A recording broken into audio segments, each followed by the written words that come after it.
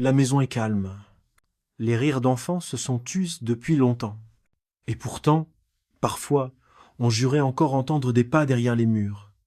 Le jeu paraît innocent, simple, amusant, sans danger. Mais quand la nuit tombe, certaines cachettes ne sont plus faites pour être trouvées. Ce soir, tu vas entendre 3 histoires vraies, 3 jeux qui ont mal tourné. Des voix, des ombres, des souvenirs que personne n'ose raconter à voix haute. Éteins les lumières. Respire lentement. Et surtout, ne te retourne pas. Parce que parfois, celui qui cherche n'est pas celui que tu crois. Histoire, le jeu de cache-cache.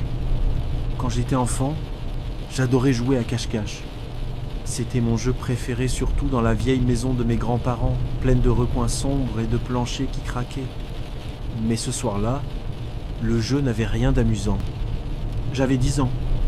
Nous étions 5 cousins réunis pour un week-end en famille.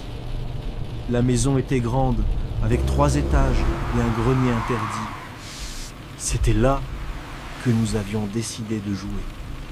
Je comptais jusqu'à 20, les yeux fermés, pendant que les autres couraient se cacher.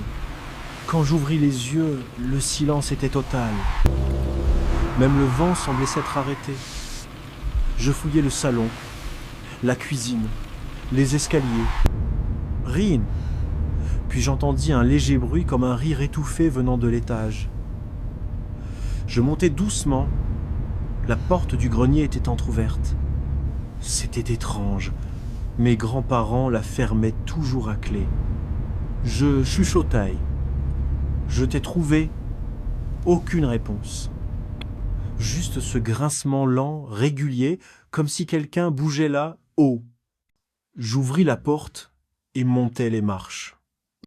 L'air était lourd, poussiéreux, presque glacé. Dans le coin, derrière une pile de vieux cartons, j'aperçus une silhouette accroupie. Je souris. Je savais que tu étais là. Mais la silhouette ne bougea pas. Je fis un pas de plus et vis clairement que ce n'était pas un de mes cousins. C'était une femme, pâle, sale, vêtue d'une robe déchirée. Ses yeux étaient ouverts, mais vides. Elle respirait fort, comme si elle avait peur de moi. Je reculai lentement, incapable de crier. Et soudain, elle parla d'une voix rauque. « Ne fais pas de bruit, il est encore ici. » À ce moment-là, j'entendis un pas lourd derrière moi, sur les marches. Quelqu'un montait, lentement, très lentement. Je dévalai les escaliers sans me retourner et criai pour appeler ma famille. Quand tout le monde arriva, le grenier était vide. Aucune trace de la femme. Mon grand-père tremblait. Il nous raconta qu'avant d'acheter la maison, une famille vivait là, une mère et son fils, et qu'un soir, ils avaient disparu sans laisser de traces. Depuis ce jour, personne n'a plus jamais joué à cache-cache dans cette maison. Et moi, je n'ai plus jamais pu monter un escalier sans regarder derrière moi.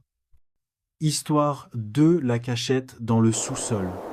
Quand j'étais ado, je gardais souvent ma petite sœur après l'école. Nos parents travaillaient tard, alors on tuait le temps en jouant à cache-cache dans la maison. C'était innocent. Jusqu'à cette soirée-là. Il faisait déjà nuit et la pluie battait contre les vitres. J'étais le chercheur. Ma sœur, Emma, devait se cacher quelque part dans la maison. Je comptais à haute voix jusqu'à 20. Puis j'ouvris les yeux et commençai à chercher. « Emma, je vais te trouver. » Aucune réponse. Je fouillais le salon, la cuisine, sous les lits. Rien. Puis j'entendis un bruit léger venant du sous-sol, un grincement de porte. Je descendis lentement. L'air y était plus froid, plus humide.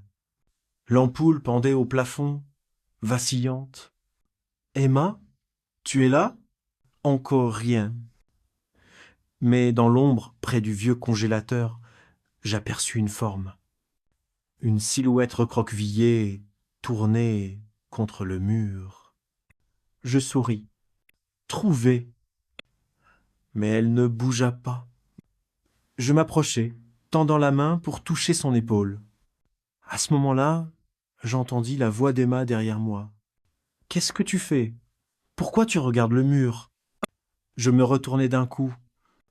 Emma se tenait dans l'escalier, les yeux grands ouverts. Je me retournai à nouveau vers le mur. La silhouette avait disparu. Je sentis mon cœur s'arrêter. On remonta en courant, verrouillant la porte du sous-sol derrière nous. Quand nos parents rentrèrent, on leur raconta tout. Mon père alla vérifier, mais ne trouva personne. Juste une trace humide sur le sol, comme une empreinte de pas nu. Des semaines plus tard, un voisin nous parla de l'ancien propriétaire. Un homme solitaire, disparu un soir d'hiver. Il vivait seul dans le sous-sol. Depuis ce jour, je n'ai plus jamais ouvert cette porte. Mais parfois, quand il pleut, on entend encore ce grincement, comme si quelqu'un cherchait encore à se cacher. Histoire 3, le dernier jeu.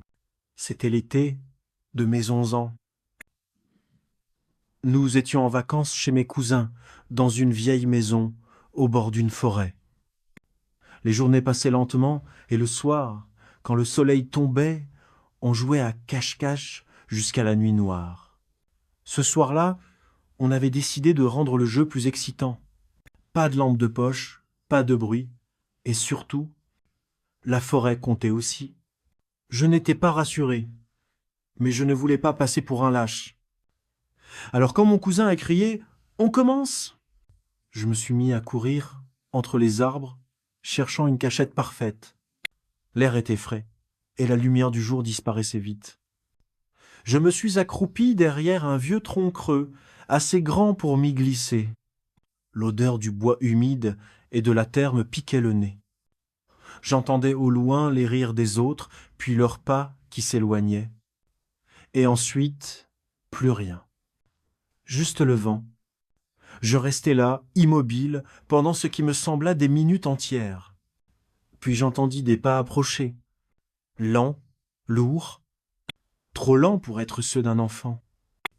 Quelqu'un se tenait tout près de moi. Je pouvais voir ses pieds à travers la fente du tronc. Des bottes noires, sales, recouvertes de boue séchée. Je me suis dit que c'était peu être mon oncle venu nous chercher. Mais la personne ne disait rien. Elle restait là, immobile. Puis, d'un coup, elle s'est penchée vers le tronc. J'ai vu un œil, tout près de la fente, fixé sur moi. Et une voix grave a murmuré « C'est pas ton tour de te cacher. » Je n'ai pas crié. Je n'ai pas bougé. Je suis resté là, paralysé. Au bout d'un moment, les pas se sont éloignés. J'ai attendu encore longtemps avant d'oser sortir. Quand je suis revenu à la maison, tous les autres étaient déjà à table. Ils ont juré qu'ils ne m'avaient jamais cherché dans la forêt. Et personne, absolument personne, ne portait de bottes noires. Des années plus tard, mon cousin m'a avoué qu'un homme vivait autrefois dans ces bois. Un vagabond qu'on disait dangereux, disparu depuis longtemps. Mais chaque été, certains entendent encore des pas, juste derrière les arbres, quand le soleil se couche, quand le silence gagne. Le silence est revenu. La maison dort à nouveau. Mais certaines portes ne se referment jamais vraiment. Les jeux d'enfants finissent toujours par s'arrêter, sauf quand quelqu'un d'autre décide de continuer.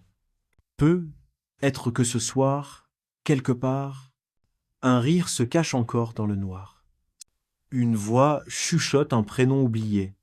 Si tu entends ton nom, ne réponds pas. Car parfois, ceux qui jouent encore à cache-cache ne cherchent plus à être trouvés. Merci d'avoir écouté. Abonne-toi avant d'éteindre les lumières. Et souviens-toi, certaines histoires commencent quand les autres pensent qu'elles sont terminées.